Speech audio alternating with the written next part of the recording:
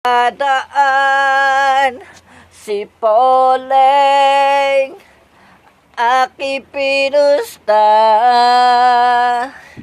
Ang pera ni Poleng pinakmubos sa talpos na pula. Aking pinusta sa talpos na pula, inampas ako ng aking ama. Wala nagkaas. Napataan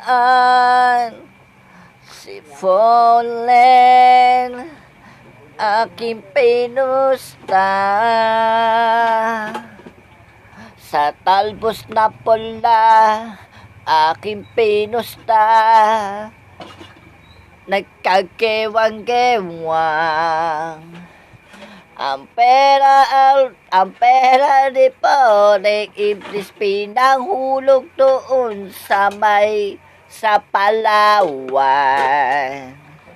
Na aking pinusta sa talbos na pula, basag-basag ang buka ko.